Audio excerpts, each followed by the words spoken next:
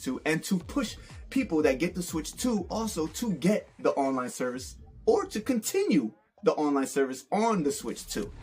So what other better console than, or handheld console than, the Sega Game Gear?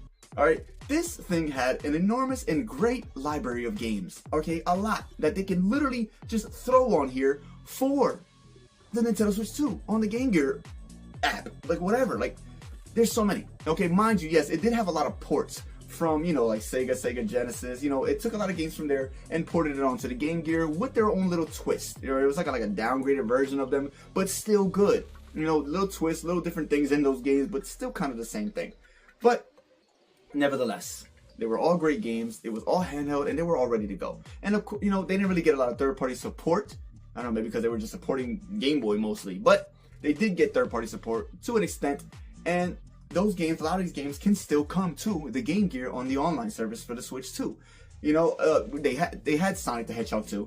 You know, it was a little bit different, but it was Sonic the Hedgehog 2. They had Sonic the Hedgehog. They had a Mega Man on there. You know, it wasn't, and you would think it was like a port of the old Mega Man, but it wasn't. It was actually a brand new Mega Man on the Game Gear. So that was cool. Of course, they had Virtual Fighter. They had Streets of Rage 2. They had Mortal Kombat 2. They had a lot of good games on here. That was, you know, they had Fatal Fury. You know, with Terry Bogard, that was really cool.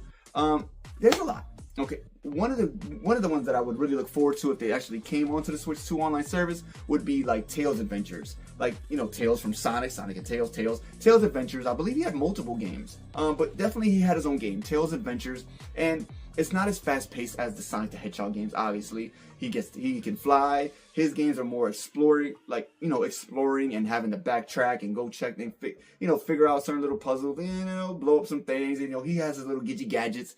Tails is different, but that's not a bad thing. That's good because that means a whole different gameplay in a whole new game. So, you know, why would you want to play a game that's Tails and it's the exact same? That's like, you know, it's different. Just like how Mario games and then, you know, you have Luigi's Mansion games. They're not the same. So neither is Sonic and Tails games. They're not the same. So I would love to see that. It would be great. And like I said, there's a whole library of games that they can still use. Like, you know, they even have a game on here. I think it's called Axe Battler. You know, it's basically like kind of like, I think, a spin-off of the whole Golden Axe thing. And I mean, that's cool. I like that. I mean, I would like to try it out. I never got to try it out. So yeah, bring that. There's also another game on here called Column. All right, I guess it's like a kind of a Tetris thing, but it's called Column, and it's a whole different game. I don't know. I believe it was packed in together with some Game Gears to, you know, to promote it. Obviously, how the